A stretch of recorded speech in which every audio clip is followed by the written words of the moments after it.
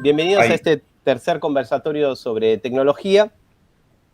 Tenemos el agrado y el enorme placer de poder charlar hoy con Jorge Martínez. Jorge es doctor en arqueología, es investigador independiente del CONICET. Su trabajo se ha desarrollado en torno al estudio de las sociedades cazadoras-recolectoras, de los valles y de la puna meridional argentina, en un marco o en un lapso temporal muy amplio que abarca desde finales del Pleistoceno hasta el Holoceno tardío. Así que bueno, bienvenido Jorge. ¿Qué tal? No, Y, muchas eh, gracias por la invitación.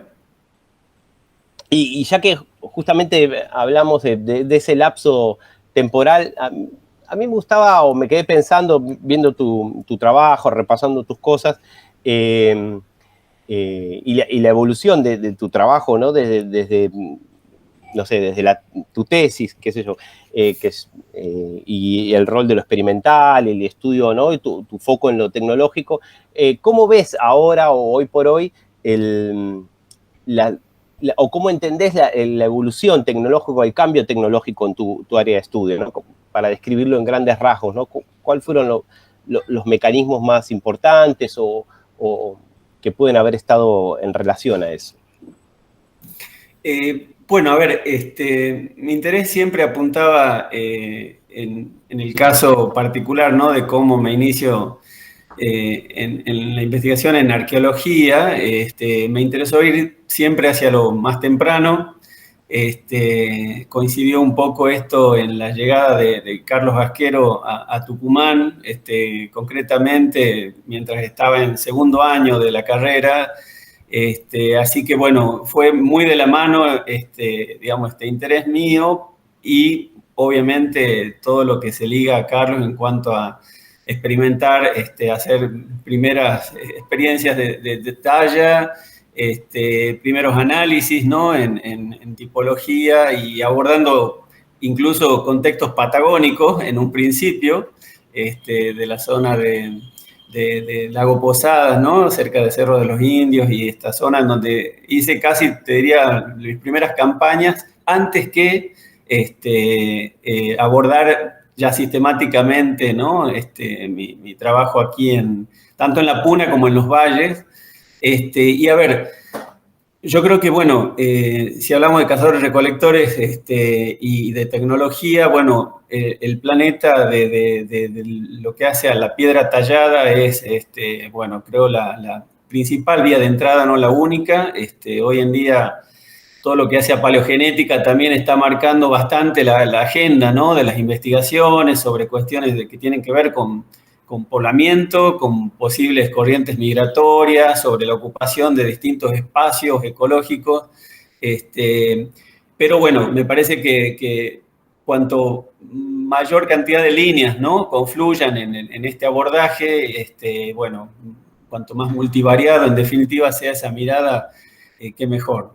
En particular en lo que tiene que ver en lo que sería el mundo de los artefactos líticos y la tecnología. En mi caso, me he circunscrito inicialmente y desde lo experimental y desde la descripción y análisis tipológico, ¿no? Sobre puntas de proyectil ligado a sistemas de armas y a todo el mundo de las tecnologías o técnicas de caza.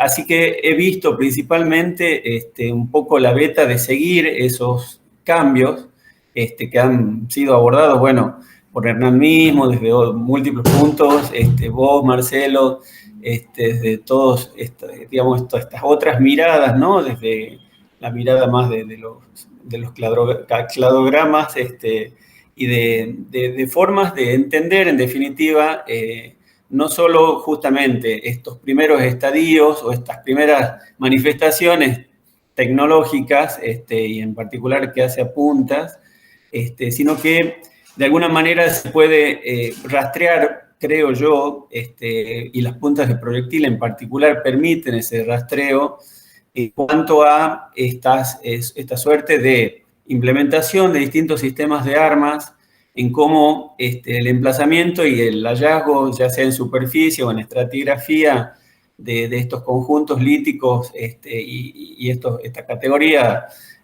artefactual particular se direcciona justamente a rastrear en el sentido de cuál es, si la bifacialidad es o no, digamos, la vía de entrada para la confección de determinados artefactos, si eso está en un primer momento o en un segundo momento, si se piensa en un momento exploratorio, inicial, hasta una ocupación efectiva, propiamente ya cuando se diría la densidad de sitios se afianza dentro de un área de investigación.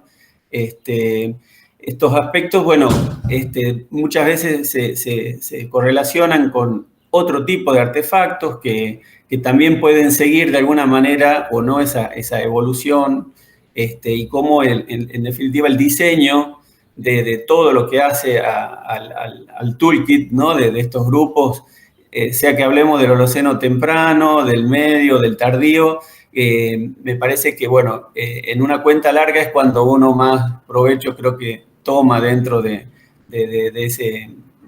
visualizar justamente las situaciones de cambio, la situación de innovación o la desaparición de sistemas de armas que por momentos parecerían ser reemplazados por otros, como sucede después con arco y flecha, ¿no? Hacia la parte final de este cuento Holoceno. No sé si he respondido algo o ha sido medio enredado, perdón. No, está bien, porque ahí, y yo me quedé pensando en esto de lo que estás hablando, que vos de este proceso que vos ves, ¿no? Que bueno, por ahí sería muy largo de resumir o muy complejo de resumir en todas sus aristas, pero en principio se ve este cambio, ¿no? En los sistemas de armas, digamos como sistema de armas como podrían ser las lanzas, ¿no? Quizás no, estaría bueno aclarar que es un sistema de armas, o el propulsor, o el arco y flecha después. ¿Vos qué pensás que tuvo que ver con la transición, o con las transiciones entre sistemas de armas, ¿no?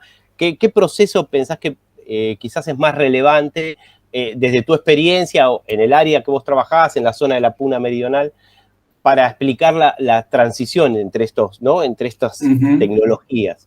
Y la coexistencia también, ¿no? Porque vos ves coexistencia también, que quizás hasta es más interesante en algún sentido. Sí.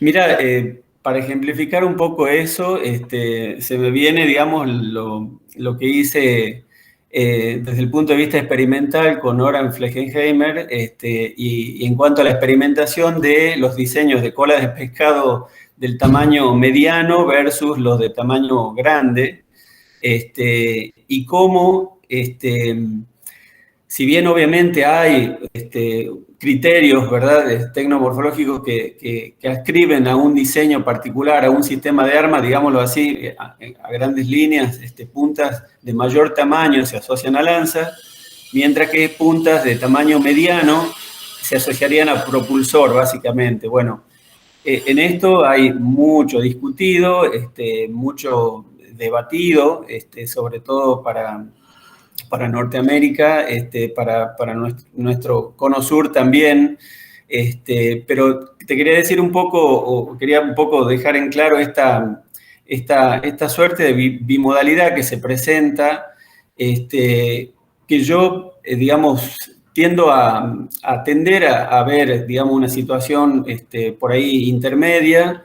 No digo que toda punta pueda haber sido usada indistintamente de un sistema u otro, pero sí hay, o no habría una ascripción tan así, casi matemática, de decir esto es lanza o esto es propulsor. Yo creo que hay una tendencia donde se presentarían mayores diferencias, te diría, a nivel de sistemas de enmangues y de presentar, por ejemplo, sí, una lanza, un astil simple, y de ver en realidad todo lo que dispara el elemento lítico en relación a todo el componente orgánico, ¿no? Y de ver en ese sentido más integralmente a una lanza con todo lo que implica su atadura, si tiene un pegamento o no, el tipo de ranura, de biselo, lo que fuera, en donde va inserta la punta dentro, digamos, de la vara, de madera, leña o lo que fuera.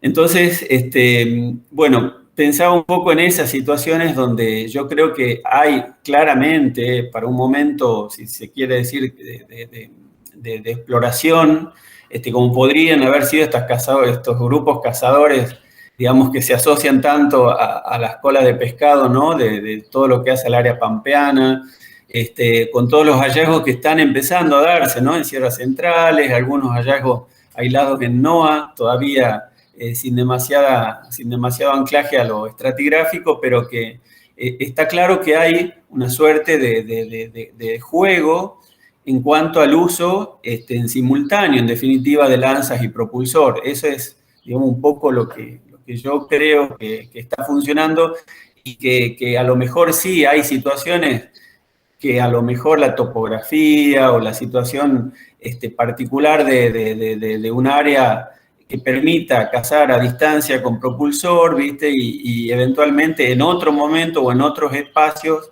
dentro de una misma área, ¿no? Pueda darse una mayor preferencia por el uso de lanzas arrojadizas a una menor distancia, pero que lo vuelven, digamos, el sistema más efectivo. Claro, eso es interesante porque por ahí está la tentación de pensar que una cosa es superior a la otra y llegó y la reemplazó, y no tanto en la posibilidad de una coexistencia, ¿no? Entre sistemas de armas. Se me ocurre la evidencia por ejemplo, de los sitios Aguada, donde está el sacrificador, ¿no? La iconografía Aguada, donde ya sabemos que hay arco y flecha, digamos, en utilización. Exacto. ¿No? Así que tal cual. Tecnología. Eso ejemplifica bien. Sí, tal cual. Claro. Entonces, en ese sentido, vos tendés a pensar que, claro, que hay que evaluar los contextos, ¿no? Para poder pensar sobre cómo están jugando las distintas tecnologías o los distintos sistemas técnicos, ¿no? El rol Sí. Y mira, hay nosotros digamos, en nuestra formación en la Facultad de Ciencias Naturales tuvimos una carga muy fuerte de las ciencias naturales en general. Y por ejemplo, cuando de entrada un paleontólogo te dice nuestro registro fósil es aproximadamente el 5% de lo que realmente existió. Entonces, si vos aplicás eso y decís, ¿qué porcentaje tenemos nosotros de registro arqueológico que realmente estuvo en funcionamiento? Bueno, no sé cuánto nos queda. Entonces yo lo que veo es, sin pasar a un relativismo total, ¿no? Pero, es decir, muchas veces nos cargamos y nos mandamos quizá hacia la determinación de que tal punta que no supere los 2, 3, 4, 5 gramos, los tantos centímetros. Bueno, yo veo que son categorías que son útiles, pero que muchas veces, vistas en contexto o en conjunto, es donde quizá está el mayor interjuego y el mayor provecho en el análisis, y no de un conjunto aislado que de golpe pongo a calcularlo y simplemente obtengo, ¿viste? Un valor de quiebre quizá entre un sistema y otro. Entonces, yo creo que todavía hay piezas faltantes en ese sentido, que quizá nos van a contribuir a tener, bueno, me parece a mí una mirada un poquito más, más precisa o más exacta de lo limitado que muchas veces estamos, ¿no? Para jugarnos a plantear a veces este tipo de afirmaciones taxativas, ¿no? Sí. Porque sí, mi interrogante tenía que ver con cómo vos explicarías, ¿no? Este primer momento donde tenemos a la especie dispersándose en tierras altas, cuya señal arqueológica son las puntas triangulares, en la Puna, por ejemplo, Argentina, las puntas triangulares de módulo pequeño, ¿no? Y después vemos que hay una diversificación hacia, poner algún momento del Océano, de finales del Océano temprano que comienza. ¿Cuál es el rol desde lo tecnológico? No tanto desde los modelos poblacionales, ¿no? Desde lo tecnológico. ¿Por qué? ¿Por qué aparecerían vinculadas estas primeras poblaciones humanas que se dispersan en estas tierras altas con estas tecnologías de caza? ¿Cuál es tu mirada como especialista? ¿No? Bueno, linda pregunta. Y bueno, ¿qué pienso? A mí cuando hay a veces una baja diversidad en cuanto a tipos morfológicos, ¿no? Digámoslo así, y solo aparece algo que parecería ser un horizonte de puntas triangulares del tipo Twina Inca Cueva, por ejemplo, y no de otro tipo, y la verdad que mi correlato hacia pensarlo etnográficamente va camino a poca gente, va camino a pensar en grupos que se dispersan y que exploran muy rápidamente muchos ambientes, quizá con rangos que por ahí hoy, digamos, para nuestra mirada occidental, es como decir, uy, ¿cuántos kilómetros, viste, en un día? Me parece que juega mucho ese desajuste, esa descalibración nuestra, y yo creo que, digamos, y más si uno piensa en estas cortas generaciones, vos tendrías en 100 años probablemente 5 generaciones de gente que de golpe sabemos que los menos que hacían era quedarse fijo en el espacio, ¿no? Entonces me alude un poco a, se diría, una misma tradición, ¿sí? A una baja demografía y a un alto índice de movilidad y exploración, sobre todo. Y quizás yendo a la inversa, cuando justamente digamos, para un mismo momento en un área conviven distintos tipos y ni siquiera tipos morfológicos, son especímenes muy, que no son más que 2 o 3 de diseños distintos, que varía, qué sé yo, si son pedúnculos o sin pedúnculos o lo que fuera, me lleva a pensar en eso, ¿no? En áreas que han concentrado quizá a gente que, por una parte, digamos, gente de distintos orígenes o distintas áreas que están confluyendo a lo mejor por una situación particular de casa, mientras que lo otro, me parece a mí responde más a una dispersión rápida de baja demografía, como te decía, y que creo yo la parte identitaria no está de lado. Perdón. Hay una obra acá al lado de mi casa. Sí, claro, me hace acordar, Jorge, esta idea que está tomando fuerza cada vez más, ¿no? De todas las tierras altas y más del lado centro-sur, ¿no? Como un mega espacio, un mega parche a colonizar, donde estas puntas tipo Twina, Inca Cueva, del lado nuestro, serían como la parte de una tradición cultural. A lo cual, yo esto que decís vos, sí, me parece bien interesante. Yo ahí le pondría un énfasis más en qué mecanismos hicieron posible la estabilidad de esos diseños, con cierta variabilidad, es cierto, pero no, con una especie de conformismo en el hacer las cosas, ¿no? Y ahí me parece que eso lo podríamos relacionar con mucha eficiencia de casa para el tipo de movilidad. Sí, eso. Sí, y te diría algo más. A mí del todo no me termina de cerrar la historia con respecto a las puntas triangulares porque, a ver, no tendríamos, justo lo que charlábamos hace un rato sobre esta eventual, digamos, complementación con una lanza, no está presente. Yo no dejaría de lado por ahí la chance a quizá pensar en algo que no haya sido lítico.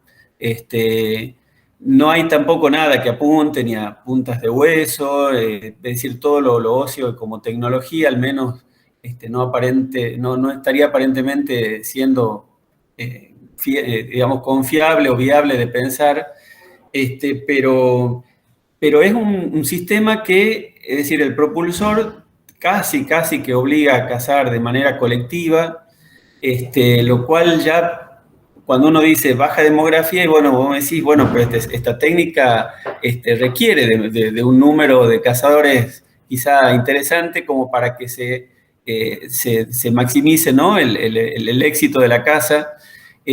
Así que en ese sentido hay algo que me hace ruido un poco. Las puntas triangulares tipo Twina aparecen y están apareciendo también aquí hacia la zona de valles mesotermales del NOA, en el área que estamos trabajando aquí de la zona de Infiernillo y la zona del Valle de Santa María. por lo tanto, han estado dando vuelta y como decís, ¿no? Con bastante éxito reproductivo de por sí del diseño, lo cual llevaría a pensar en el éxito efectivo del propulsor como arma elegida, ¿no? Para esta fase, digamos, cuasi exploratoria o digamos, de ocupación efectiva. Así que, pero sí, yo creo que se combinan o se podrían combinar, como decís también, la parte de eso, ¿no? De ascripción a grupos. Me cuesta pensarlo por ahí un poco más porque las puntas triangulares tendrían esta situación de Andes centro-sur, tanto del lado chileno como del lado nuestro, lo cual, por ejemplo, no correría para las colas de pescado, ¿no? Claramente. Ahí operaría algo que sinceramente creo que sigue siendo, bueno, un tema a resolver de fondo, porque no correría nada que tenga que ver ni con un mismo grupo, ni con un momento en el que todo el mundo se pone de acuerdo a explorar desde la Puna hasta la costa marina del Atlántico, y bueno, es como complicado, bueno, ni hablar de, obviamente, Uruguay y otros sectores. Así que yo creo que son temas abiertos. Y ahí me surge entonces otra pregunta, que es tu visión sobre el poblamiento y sobre las fechas. ¿Por qué? Porque la idea que yo tengo, a partir de ser un excavador de la Puna, de ser un estudiante también de la arqueología de la Puna, es un poblamiento más bien más tardío en el tiempo que el resto de las masas terrestres. Pero bueno, esta idea está desafiando ahora. Tardío me refiero a 1000, 2000 años luego, ¿no? Que otras masas terrestres sudamericanas.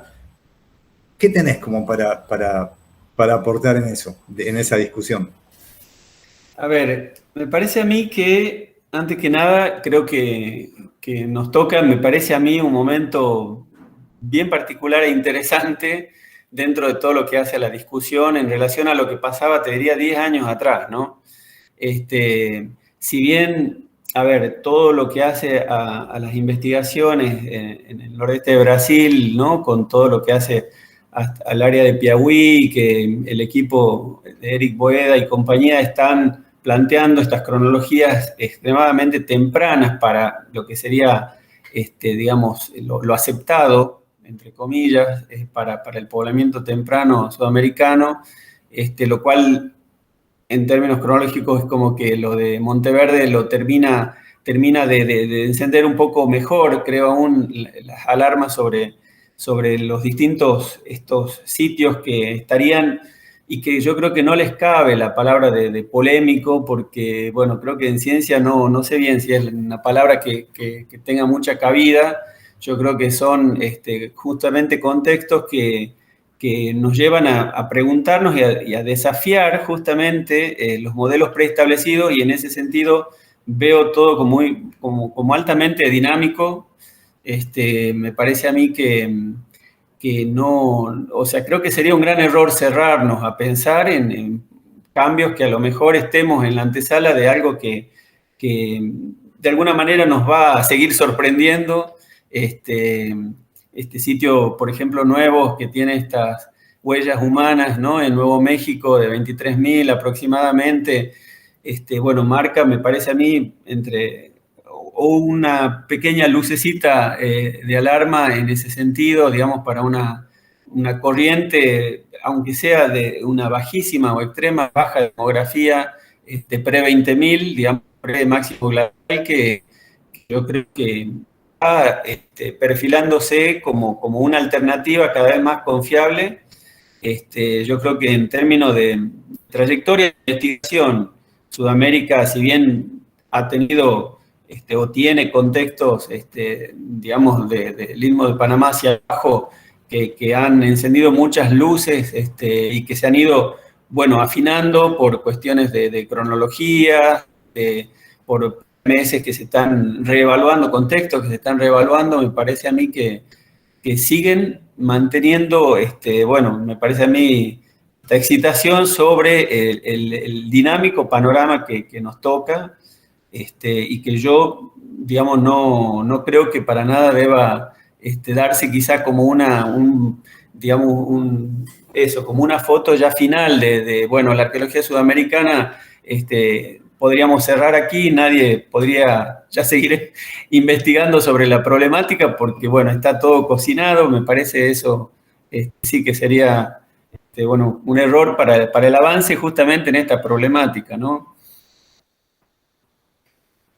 Sí, claro. Yo lo que observo, ¿no? Es como que en el caso de las tierras altas, se me hace muy dificultoso pensar a partir de la evidencia en poblamientos de esa índole tan tempranos, y lo cual correría un poco más la pregunta, ¿por qué las tierras altas, cuando uno piensa que son como una especie de oasis de fauna de alta calidad, porque realmente eran como atractores para la dispersión humana, ¿por qué aparece la señal calibrada, ¿no? En los 11.000, ¿no? Más tardíamente en otros lugares, y con expectativas que también no tenemos muy en claro qué está pasando más temprano. Vos sabés que a raíz de esto, hace algunos años, había una publicación de unos colegas donde nos mandaban los arqueólogos sudamericanos a excavar porque decíamos, a excavar más porque decíamos que lo que nosotros hablamos de roca base no era roca base. Pero no sé, para mí es como un desafío, como decís vos, pero bueno, la evidencia es como, a mí me hace ser más cauto en ese sentido. Me hace pensar un poquito, la pregunta un poco como inversa, ¿no? Pero ¿y por qué están pasando las cosas más tardíamente? Sí. Mira, yo, mira, nada más que en poco tiempo, por decirlo así, de trabajo personal, he pasado de que las ocupaciones que obviamente en las que trabajé yo para mi tesis de grado y posgrado en Puna, y te estoy hablando de 10 años atrás, las ocupaciones más tempranas de todo lo que hace a valles y sectores, ni hablar de tierras bajas, las ocupaciones en tierras bajas no superaban los 3.000 años. Y es un sesgo que obviamente responde muchísimo más a una situación de trayectorias de investigación, ¿no? De inversión, en definitiva, de equipos que se enfoquen en esta problemática que obviamente ha estado históricamente siempre atraída, ¿no? A todas las poblaciones agropastoriles, por su gran visibilidad, bueno, atraer más, hacer más atractiva ese tipo de arqueología que buscar cazadores, y que la situación particular de vegetación, de cobertura vegetal en general hacia tierras bajas ha dejado aún más allá, ¿viste? Al final de la historia, la investigación de este problema, y sin embargo, en poco tiempo, bueno, hay ocupaciones de 8.000, hay otras ocupaciones también que están surgiendo ahora cerca de 10.000. Los análisis que están, por ejemplo, Caro Somonte y Carlos Bailleda en la zona de Amaicha por esta técnica de microlaminación de un barniz del desierto que daría la opción de por lo menos tener una cronología relativa, están planteando fechas de hasta 14.000 años atrás. Bueno, yo creo que digamos, en no mucho tiempo hay un cambio importante, aunque sea dentro de lo que sería el Holoceno, estamos ampliando la mirada sobre las ocupaciones cazadoras-recolectoras, y yo creo que, digamos, con esta misma idea, yo creo que temporalmente hacia atrás, si es que, la verdad, siempre sale a la luz.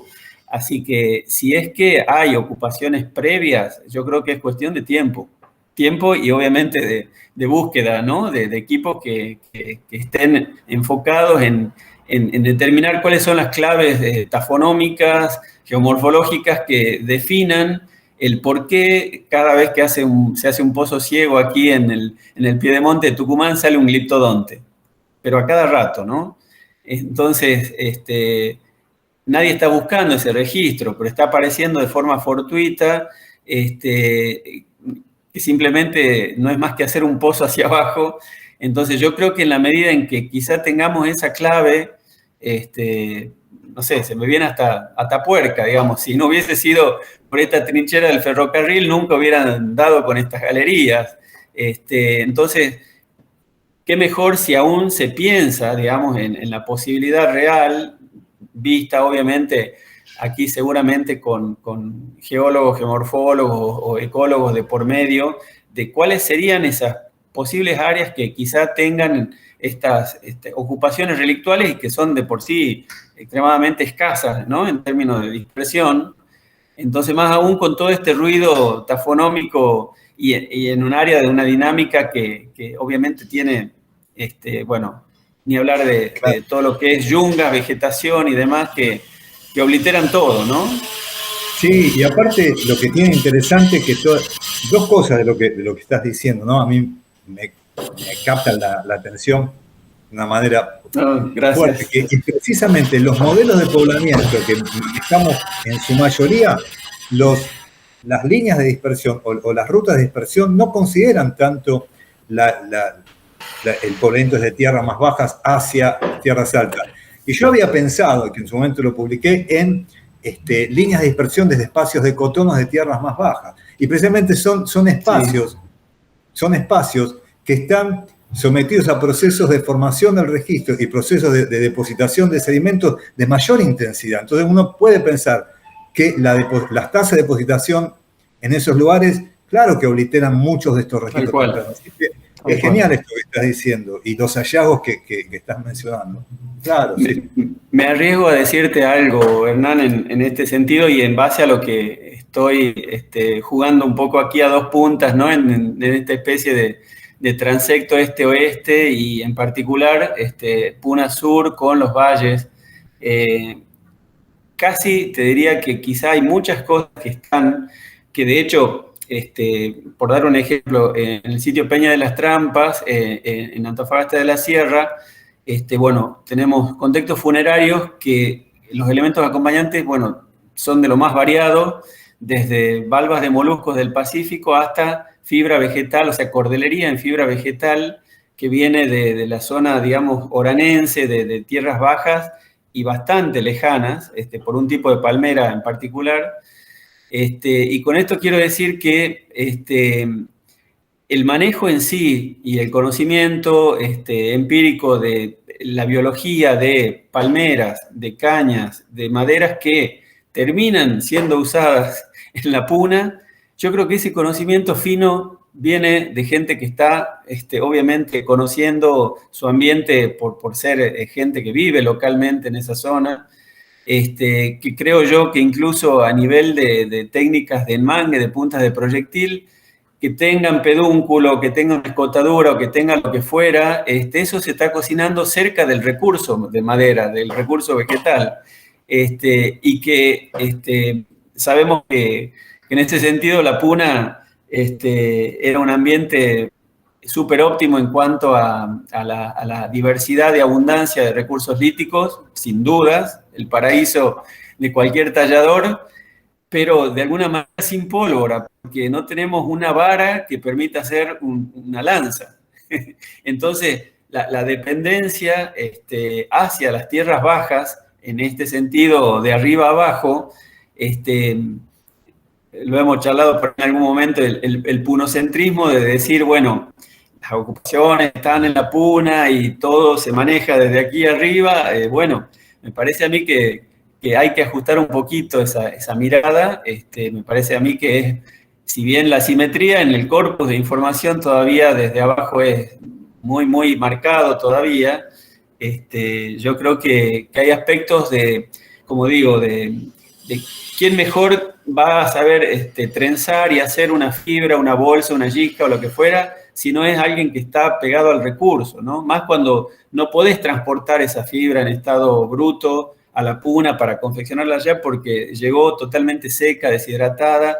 Lo mismo pasa con los astiles, y lo hemos probado, ¿no? Hemos llevado chusqueas cortadas así en campaña, ¿no? Desde Tafí del Valle, y no te puedo decir lo deshidratada y deforme que llegan en un viaje obviamente de horas, que no debe haber sido la situación prehispánica desde ya, pero que admite obviamente un conocimiento fino sobre el momento de corte, estacionamiento, digamos, el secarlas con un tutor para que tengan cierta rectitud, y después las situaciones que te digo un poco juegan a la hora de decir, bueno, ¿cómo inserto tal diseño o cómo interjuego entre el diámetro que me da una madera con respecto a si hago un pedúnculo o si directamente hago una escotadura, ¿no? Entonces, claro, Jorge, y a mí lo que me lleva inmediatamente a pensar que hacia el 11.000, ese conocimiento ya estaba evolucionado quizás fuera de la puna. Entonces, ahí cobra idea. Sí. Eso es por otro favor de esta hipótesis sí. más temprano, un poblamiento más temprano, claro. Sí, absolutamente. Ahí yo me quedé pensando algo que, con todo lo que estás hablando, que no me quería dejar pasar, preguntarte, para vos, ¿qué te enseñó la experimentación? Porque vos, digamos, estás experimentando desde tu tesis de licenciatura, ¿no? Desde el 90 y pico, que estás realizando experimentación con sistemas de armas, y en ese sentido que sos el investigador que más experimentación por lo menos tiene en la Argentina hecha con sistemas de armas. Creo que es así, ¿no es así? Entonces, digamos, para vos, ¿qué aprendiste, digamos, a través de la experimentación, ¿no? Si tuvieras que marcar... sí, mira, yo básicamente creo y desde prácticamente te diría así, rebobinando, desde el primer golpe por percusión para sacar una lasca, te das cuenta de lo práctico y provechoso que es conocer, en definitiva, el backstage de cómo se hizo, ¿no? Algo. Entonces, inicialmente hacia artefactos líticos, pero bueno, después pasando también ya al dispositivo en sí, me parecía que no veía otra manera, o me pareció la mejor manera, y desde ya que en esto siempre ligado a preguntas y a la interacción con Carlos Vasquero para intentar responder justamente preguntas que venían desde el registro arqueológico, ¿por qué tanta fractura de pedúnculos en determinado tipo de diseño? ¿Por qué, digamos, elementos mesiales dentro de sitios? ¿Cómo hace un ápice para llegar o cómo termina en un fogón, un ápice? Bueno, esas situaciones yo creo que cuando las empezamos a ver desde ese punto de vista, ¿no? Del cómo resolver estas situaciones del formado completo de un sistema de arma, te da una mirada mucho más integrada, más integral, mejor dicho, de una situación que de otro modo, es casi como se dice, es difícil hablar de pesca sin ser pescador y lo mismo ser cazador sin ser cazador, digamos. He corrido un par de vicuñas en la puna, sin armas en mano, pero ya esa misma situación te cambia enteramente la óptica de pensar en algo que muchas veces se plantea, ¿no? Bueno, y se habla de chacu, de esto y de correr durante 20 kilómetros los animales. Wow, digamos, o sea, no es tan simple, nada simple. Entonces, simplemente eso, en apelar al hágalo usted mismo como para intentar visualizar muchas situaciones que, aparte, la mirada francesa, por decir así, de Carlos en el detalle de toda su tipología, hay aspectos que creo yo no podrías ver, por decir, qué sé yo, un tipo de charnela si no lo obtenés casi de tu mano, ¿no?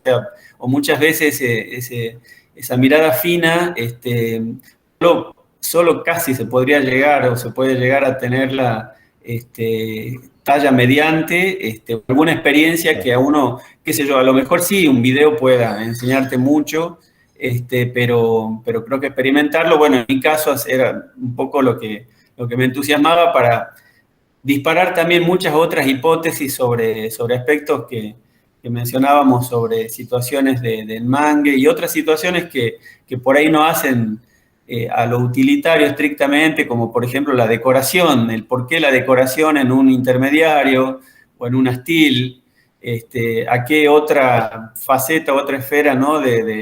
digamos, de la cabeza del artesano llevaba toda esa situación.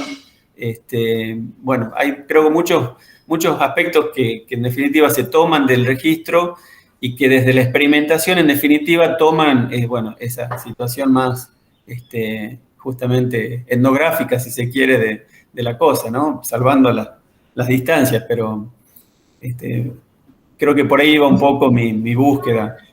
¿Y para qué lado vos pensás que deberíamos avanzar en los estudios tecnológicos en el NOA a partir de todo esto que nos estás contando? ¿Vos cómo te imaginás el futuro de la investigación? ¿Para dónde lo pensás? A mí me parece que deberíamos pensar en interactuar mucho más a nivel de equipos, mucho más. Creo que estamos trabajando, si bien nos leemos, digamos, me parece a mí que no estamos, o creo que sería mucho más efectivo el avance si tuviésemos una mayor interacción, y no solo a nivel de jornadas, no sé muy bien, digamos, cuando uno empieza a pensar en este tipo de cosas, es como que vos decís, uy, pero bueno, hay que organizarla la jornada, hay que ponerle fichas. Yo creo que debería surgir algo que quizás se pueda manejar, y no recuerdo, Nancy, por ahí lo dijimos alguna vez, incluso con Rodo, sobre, por ejemplo, una simple base de datos de diseños de punta de proyectil a escala NOAA. Es algo que me parece a mí que podría sernos muy útil para pensar en conjunto muchos aspectos que hacen bueno, y se correlacionaría con eventualmente o mínimamente tradiciones o alguna tendencia en cuanto a materias primas, qué pasa con la obsidiana pero a una escala amplia, fraccionar por ahí el Holoceno en los, digamos, en los 3 compartimentos clásicos, si se quiere, de temprano, medio y tardío, y jugar con opciones que creo yo todos hacemos un poco, bueno, lo que pasa a escala sitio y a escala, digamos, de la puna, pero me parece a mí que lo estamos mencionando siempre como un dato por ahí que creo que debería aprovecharse mucho más, o ir más a fondo en esta interacción entre los equipos, ¿no? Que para mí está faltando, creo yo, en cuanto no solo, digamos, a la tecnología, sino a cuestiones paleoambientales en general. Pero yo creo que, digamos, independientemente, el avance ha sido y es muy bueno, en una escala, se diría, de área de investigación. Y me parece a mí que creo que el paso que me parece a mí favorecería mucho sería el de una mayor interacción a nivel de investigadores. Bueno. Sí, completamente de acuerdo, completamente de acuerdo, sí. Y me parece que para los puneños, ¿no? Es una manera de también salir del punocentrismo, ¿no? Sí, por eso digo, a escala NOAA. Sí. Por ahora no tenemos en el NEA nada que nos permita incorporar o pensar en este tipo de cosas, pero muchas veces pasa con por ahí colegas extranjeros cuando dicen, che, pero no puede ser que esté prácticamente vacío de información el resto. Pero muchas veces por ahí ni siquiera está en agenda el pensar el por qué no hay ocupaciones del Holoceno temprano fuera del ámbito digamos, de la ceja, ¿no? Andina. Creo que, bueno, un poquito a mí, si me parece, bueno, no sé cómo estamos de tiempo, me dicen, pero en el caso puntualmente de estas ocupaciones tempranas, ¿no? De aquí de Valle, que está investigando en la zona del Infiernillo, surgió justamente por casi la ocupación redundante del mismo espacio desde tiempos del Holoceno medio temprano y hacia lo que sería el momento agropastoril, ¿no? Entonces, si mínimamente eso puede servir como un punto de arranque en un área en donde se diría hay ocupaciones solo agropastoriles, ver si esos mismos espacios no tienen, desde lo geomorfológico, desde alguna clave que permita, por lo menos preguntar, che, ¿habrá algún relicto, alguna forma que a lo mejor sea un diseño retomado, ¿no? de contextos viejos que estén metidos dentro de los contextos, digamos, del primer milenio? Bueno, yo creo que son aspectos que generalmente, bueno, quien investiga básicamente ya sociedades sedentarias, es un tema que quizás no está en la mirada, ¿no? de los proyectos, de los objetivos, ¿no? de investigación, y creo que sería me parece un buen punto de partida. Sí, Jorge, yo cuando con esta charla, ¿no? que estamos teniendo, vuelvo siempre a pensar en cómo nuestra ambición teórica se choca contra la realidad empírica, bueno, sí, y el escaso conocimiento que tenemos de estos procesos de formación del registro tan distintos, ¿no? Que en áreas, no sé, yo también te pregunto, el Valle del Lerma, la Quebrada del Toro, son todos ambientes donde la depositación debió haber generado contextos que ni siquiera los podemos dimensionar y que debemos ahí ir a excavar. Así que lo que está haciendo vos es genial, ¿no? Poniendo en discusión un poquito esto, porque a lo mejor mucho de lo que vemos en La Puna puede tener que ver con otra historia de formación de registro en una escala más amplia, con esa variabilidad. Sí, así que, sí. Yo creo que en esa serían como pequeñas claves que AMNIT obviamente exige la mirada, ¿no? Interdisciplinaria, sí o sí, conocer aspectos y sectores dentro de un espacio que por lo menos te aparezcan como áreas totalmente, digamos, inviables desde el punto de vista que se haya preservado algún relicto, alguna superficie pleistocena, mínimamente eso, es decir, bueno, listo, Valle de Tafí no tiene chance de tener algo en superficie o algún registro que no esté bajo 7, 8 metros de glacis, ¿no?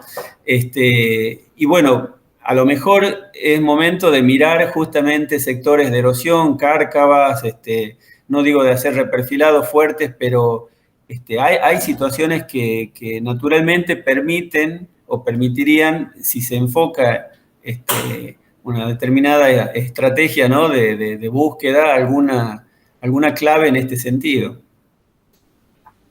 Buenísimo. Bueno. Bueno, espero, no sé bien si... No, muy bien.